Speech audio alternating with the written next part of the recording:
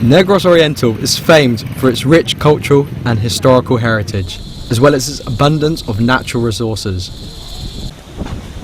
Join me in my voyage of discovery as I experience some of what this beautiful province has to offer.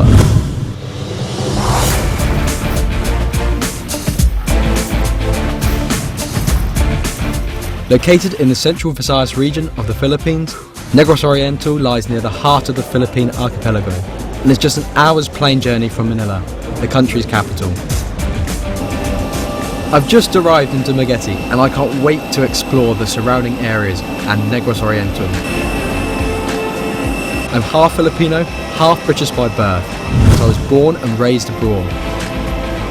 I've spent nearly my whole life in England and I can't wait to explore the rich Filipino culture, the rich Filipino heritage, and learn what it means to be truly Filipino.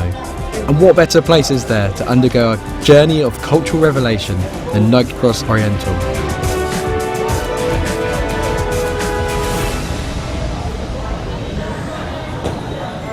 It's time to grab my things and start the adventure.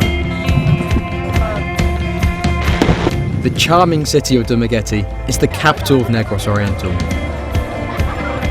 Dumaguete is a bustling seaport and thriving university town, and is often referred to as the City of Gentle People. According to popular legend, Dumaguete was coined from the Visayan word dagit, which means to snatch as in to kidnap. This is because in the past, the coastal town was subject to several pirate raids.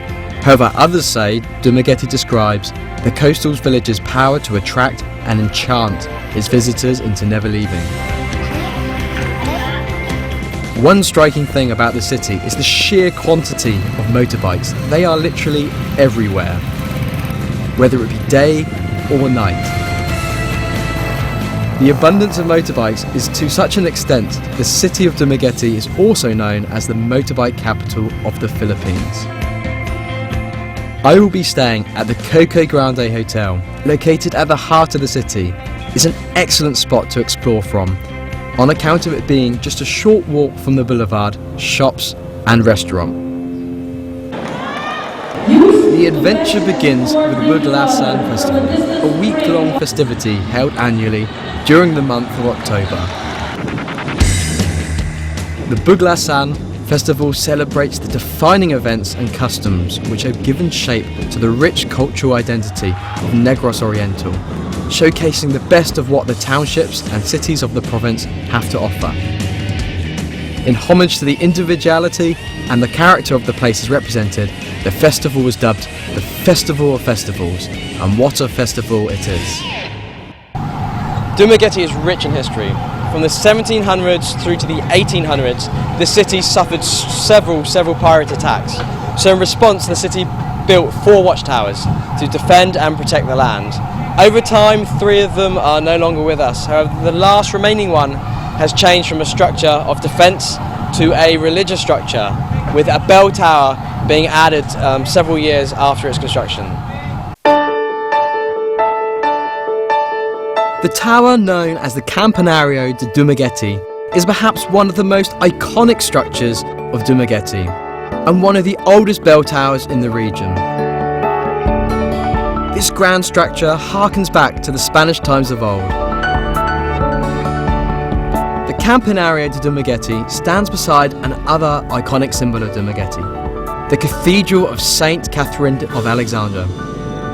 Silliman University, located in Dumaguete, the capital city of Negros Oriental, Philippines, was founded in 1901 by the Board of Foreign Missions of the Presbyterian Church of the United States of America.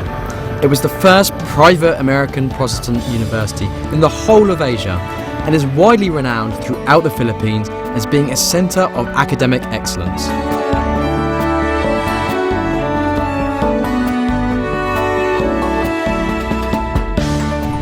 Education is an integral part of Philippine culture, and that's particularly true of Dumaguete City. Dumaguete City is synonymous with university and university living. The university is named after Dr. Horace Brunsman Silliman, a Christian philanthropist from New York, who donated $10,000 to start the school. This beautiful building you can see behind us is actually from America. It was an old theatre which was disassembled, shipped over here and reassembled. The university itself has played a pivotal role in the development and history of the city itself. The building now houses the Assembly Hall on the ground floor and the university's Ethno-Anthropological Museum on the upper floor.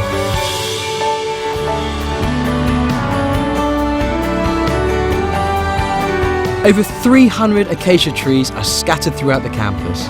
These beautiful trees provide a home for several birds, and the campus itself is designated a bird sanctuary. Another famous university of Dumaguete is the St. Paul's University, Dumaguete, a private Catholic university. On October the 29th, 1904, 7 pioneering sisters of the Congregation of the Sisters of St. Paul of Chantres set foot upon the shores of Dumaguete to spread their passion for education. For those that like to wake up at the crack of dawn to welcome in the new day, one of the best places in the Philippines to witness the burgeoning sun's golden majesty has to be Rizal Boulevard. Built in 1916, the Capital Seafront Boulevard stretches 780 metres long and is considered the show window of Dumaguete City. Lined with old trees which flutter in the cool sea breeze, Boulevard forms part of Dumaguete's character and charm. The Rizal Boulevard was named after the Philippine national hero, Dr. Jose Rizal. Today the promenade is a popular place for a brisk morning stroll or a healthy jog. With the beauty of the new day sought in and the sun shining down on the city of Dumaguete, I feel in the mood to explore. Within walking distance from the boulevard is the Dumaguete Market. On the way there I encountered a rather strange device. This is a prime example of Filipino ingenuity. This is a really strange machine. It's an ATM, but an ATM with a difference. Rather than dispensing money, it dispenses water. So I'm going to have a quick go. We'll put the peso in here. Yeah. See? This is fresh mineral water, straight from the tap. Yeah, that's brilliant. The Dumaguete Public Market is home to several local eateries known as Painitans, which open at the crack of dawn. After a relaxing stroll along the boulevard or a healthy jog, it's the tradition of the Dumagueteños, that is the local people of Dumaguete, to enjoy some native snacks. We have our friend Imelda here, who's an expert on some local food. She's going to help me understand what some of these tasty snacks are. So we start off with this one. This is called budbud with chocolate. So this is budbud with chocolate. It's made from gelatinous rice, and we can see a nice strip of chocolate here. How do you eat this? Do you just taste? Tastes good. Really sticky. You can also with the chocolate if you want. And have it with the chocolate as well? You can dip. So what? You can dip. Dip, okay. Okay, let's have a go. Okay. Yeah, It looks tasty. See? This is really sweet. This is not normal drinking chocolate. This is actually cacao. Yeah, cacao. Cacao, made from natural Plant. That's cacao. This is straight from the cocoa plant, so it's a lot sweeter, a lot more refined taste than the usual chocolate. I'm just going to try some. That's a really strong taste. It's good. As day turns to night, the Rizal Boulevard takes on a new appearance. The harbour lights playfully playing across the surface of the water. Many people love to convene here after sunset, to stroll along the boulevard, enjoy the cool ocean breeze under the street lamps and moonlit night.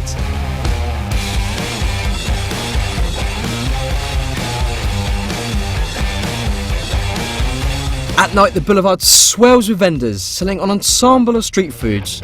Street food literally next to the street. You can almost feel the traffic brushing up against you and hear the sounds of the horns behind you. Many people come to enjoy a beer, eat, relax and hang out with friends and family. I've heard some really interesting stories about Filipino food from my mum back home, and I'm quite excited here to sample some of the local street food. None more so than some balut, as well as some squid and some tempura. So could I buy some balut, please? 16. Can I have 4 pieces? I'm actually really scared to try this food.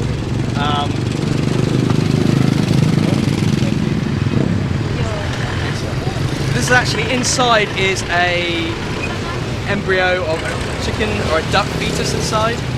So this is the most strangest food in the world. I'm actually terrified. It's boiling hot, it looks quite normal, and I've just got to be brave when I've got to try it. It's going to be my first time ever. So I've enlisted the help of my friend here. He's going to explain to us exactly how to eat this local delicacy. First is broccoli there. Okay, so hang on. So first thing I got to smash it open. Okay, this is a tough egg to crack. Yeah? Yeah. Open. Oh my word. Yeah. That's hot. It's really hot. Hang on. Okay, I don't know if you can see inside, but it's obviously a half-born duck baby in there. What the Vinegar. Okay, it looks like an alien inside. So the recommendation is vinegar, and then what? And try it to save the. Yes, go. Okay, I'm going to be really brave here. Okay, I'm just going to be brave. I'm just going to do it all in one go. Right.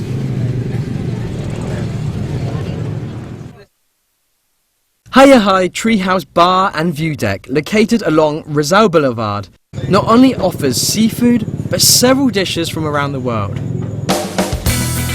Try a taste of Italian with their freshly made hand-tossed pizza. Or sample a taste of the Orient with expertly prepared sushi, ranging from the traditional to the modern. A must-try is the torch sushi, a simple twist on a classic dish. The Bruce Lee roll is made from crab, stick, cucumber, mango and torched tuna with eel sauce.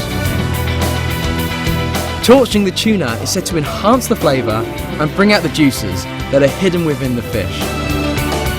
Another innovation is the Maguire roll, herby shrimp, cucumber and mango cooked tempura style. Sat before me is a wonderful array of really succulent food. It looks something out of a tropical paradise. This food is certainly fresh, straight out the sea or straight from the land.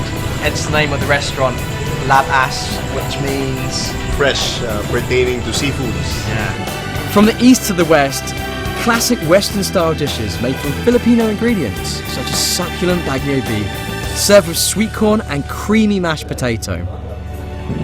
And last but not least is lechon, a true Filipino classic. Rotisserie pig cooked for several hours until the meat is tender, juicy and mouth-wateringly irresistible.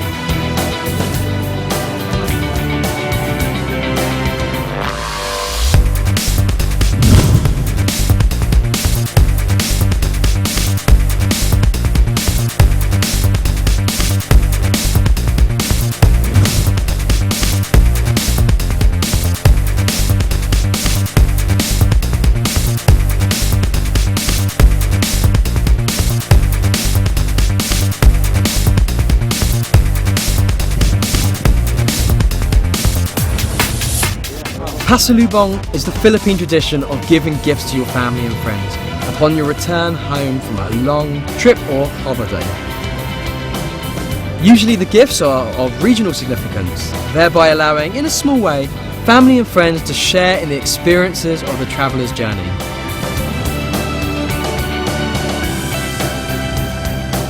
Siglacan's Negros Village souvenir shop is the ideal place to stop off to buy your pasalubong. It boasts an array of native products, beautiful pieces made from skilled artisans and a diverse range of handicrafts.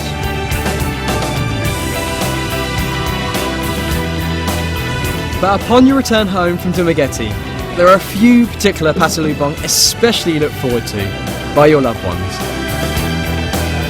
The San Cheval and the Sylvanas. There are several other signature sweets native to Dumaguete, some traditional and some modern, and I'm off to the ice cream shop of all places to find out about a particularly strange one. This has got to be one of the strangest culinary concoctions I've ever heard of. The Filipino people love sweet things and they love to fry their food, but I've never heard of fried ice cream. That's ice cream which is deep fat fried. How on earth that's going to work, I have no idea.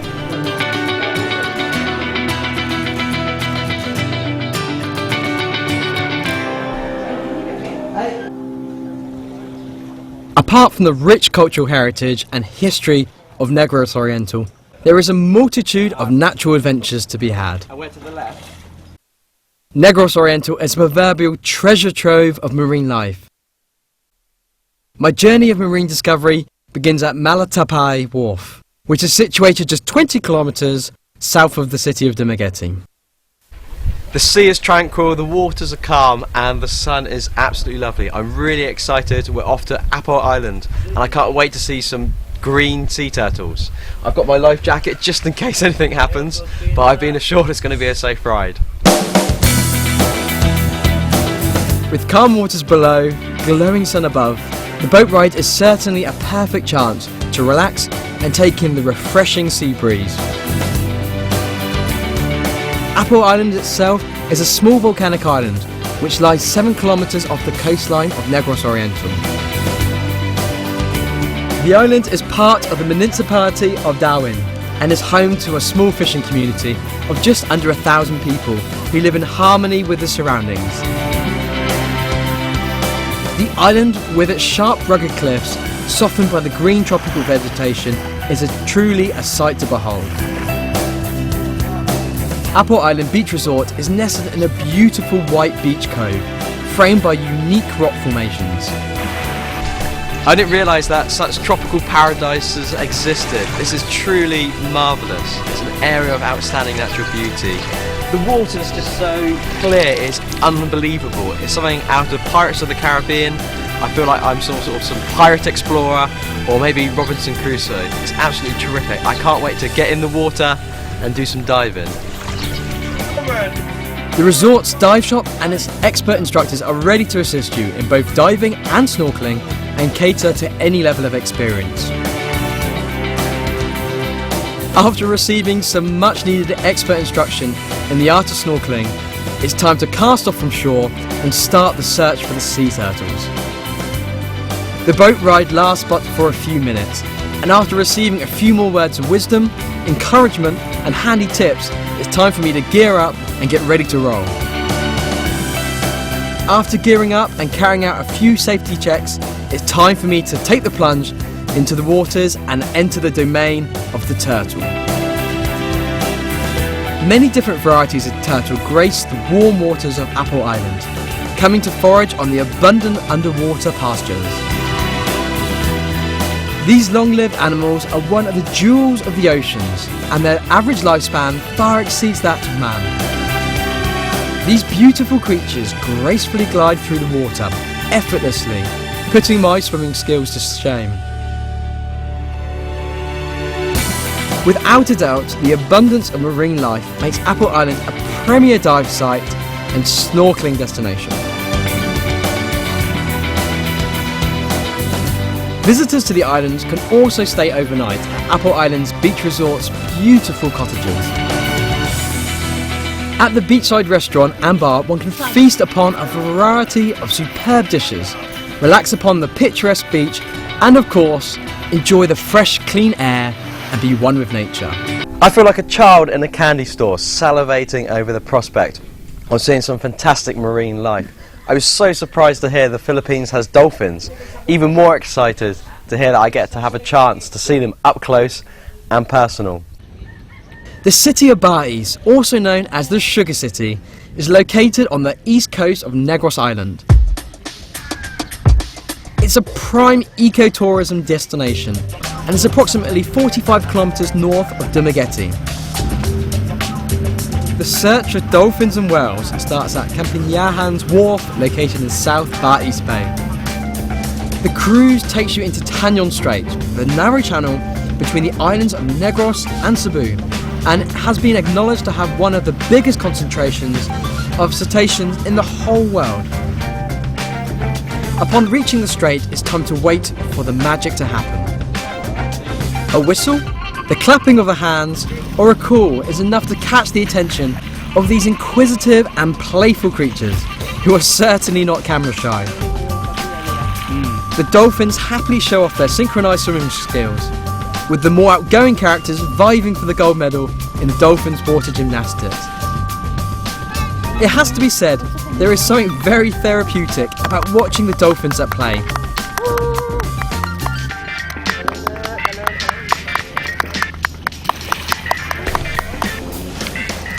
This has got to be one of the strangest geographic features I've seen in the Philippines so far. It looks like I'm stranded at sea and that I should be swimming, but I'm actually stood upon a white sand bar. And actually in total there's 7 hectares of size of this island, and it's really strange. And when the tide is low, the water goes away and you can actually walk naturally. And as you can see, it's only up to my waist, and a few short strides over there I fall off into the sea. So I'm going to make sure I stay on the island. This is just in case I fall off. I know, it's really picturesque and really beautiful. The waters are so clear and the water's refreshingly warm. Manhuyod White Sandbar is situated on the edge of North Bar East Bay in the Tanyon Strait, and is a popular place to stop over during dolphin and whale watching expeditions. It is easily accessible from a variety of places, such as the Campignahan Wharf in South Bar East Bay and from Manhuyod itself. The sandbar is the perfect place to swim, a waist-deep natural swimming pool in the middle of the ocean. From a distance and at high tide, the 4 cabana-style cottages appear to be floating in the middle of the ocean. These native wooden houses, built on stilts, make an ideal place to relax and eat. One can even spend the night there. Just a short distance away from the White Sandbar are the mangroves. The Berg Sanctuary and Mangrove Park encompasses over 400 hectares of protected mangrove forest. At low tide, one can walk through the expanses of mangroves, which provide a valuable habitat for many species of birds and other forms of wildlife, making it a popular place for bird spotting. From the underwater deeps to the coastal waters, it's time to visit the inland lake of Balanan. The freshwater lake, Balanan, lies in between the mountain ranges of Balanan and Nadsigid, situated near the town of Siatom. A haven of peace and tranquility, the perfect place to rest and relax. It is also a perfect place for bird watching, the lake being home to a variety of waterfowl. Despite its timeless appearance, the lake is in fact relatively young, and underlying this scene of serenity is an interesting story of creation through destruction. The lake was formed in 1925 after a 6.8 magnitude earthquake struck the surrounding area, triggering landslides which led to the damming of Balanan River. Alternatively, one can take in the picturesque scenery on a banca or a catamaran. Or simply relax under the Bahay Kubo. The lake is surrounded by mountain ranges and lush tropical rainforests. The surrounding forests are home to more than 100 Baliti Ombanyan trees. For the more adventurous, there are several long trekking paths which encompass the lake and the surrounding areas. And for the even more adventurous and daring, there is a zip line which traverses the whole of the lake. I've had a great time in Negros Oriental. It's a place rich in history, rich in culture, and rich in natural resources. It's truly a fantastic place. I feel that I've learnt a lot about Philippine culture and reconnected with my Philippine side. The most memorable experience is perhaps some of the local delicacies like Balot, as well as swimming with the turtles and seeing the dolphins. It's truly, truly splendid. Ah!